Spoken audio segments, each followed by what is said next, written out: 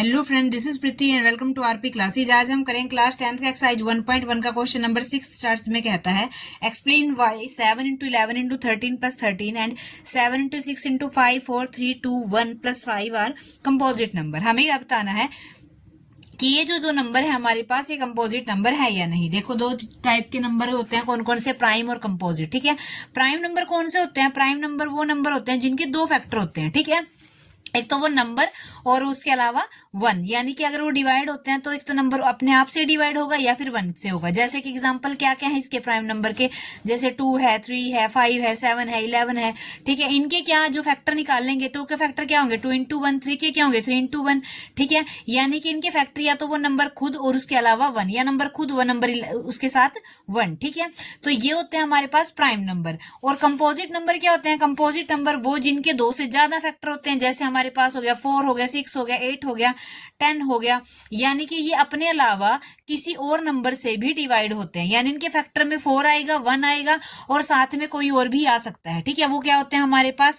Composite number, जिनके दो से ज्यादा फैक्टर होते हैं। ठीक है, तो और इसके साथ एक बात और याद रखना कि 1 एक ऐसा नंबर है जो ना तो प्राइम नंबर है और ना ही कंपोजिट नंबर है। ठीक है, इस क्वेश्चन में हमें क्या करना है, इसमें हमें बताना है कि इन दोनों नंबर में से कि ये नंबर क्या कंपोजिट नंबर है। ठीक है, कंपोजिट नंबर मतलब कि इन दोनों के हमारे पास जो लास्ट में फैक्टर बनेंगे वो दो से ज्यादा बनने चाहिए। ठीक है, अगर दो से ज्यादा फैक्टर हैं तो ये कंपोजिट नंबर है, नहीं तो नहीं। फर्स्ट पार्ट है हमारे पास 13, आपको दो बार दिखाई दे रहा है, 13 यहाँ भी है, 13 यहाँ भी है, इनके बीच में है प्लस। ठीक है, यहां से हम 13 को बाहर निकालेंगे।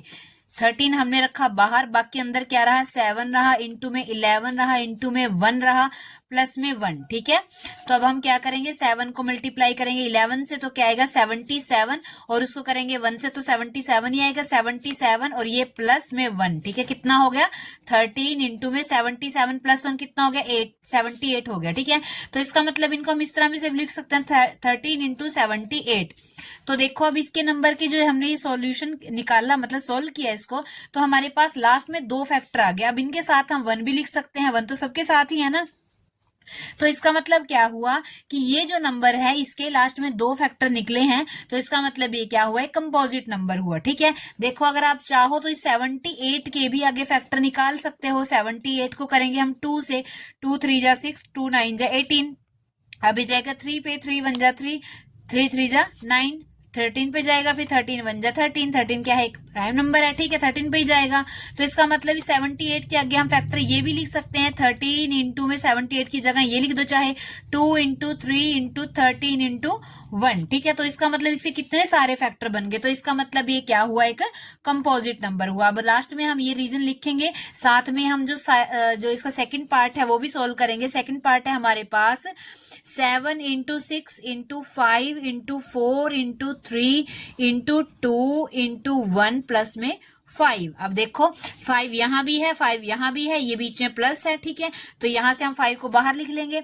5 हमने रखा बाहर, अंदर क्या रहा हमारे पास, अंदर रहा हमारे पास 7 इंटू 6 इंटू 5 बाहर चला गया। अब यहाँ क्या रहा 5 तो बाहर चला गया। अब लेंगे हम 4 इंटू 3 इंटू 2 इंटू 1 प्लस में, यहाँ 5 बाहर चला गया, रहा क्या 1। ठीक है, अब इनको सोल्व करेंगे, 5 बाहर ही है, इन सबको आपस में मल्टीप्लाई करने पर हमारा आता है 1008 और ये प्लस और यहाँ पे है 1। ठीक है, अब इनको ऐड करेंगे 5, 108 में 1 को ऐड करेंगे तो 100 क्या बन जाएगा 9 बन जाएगा।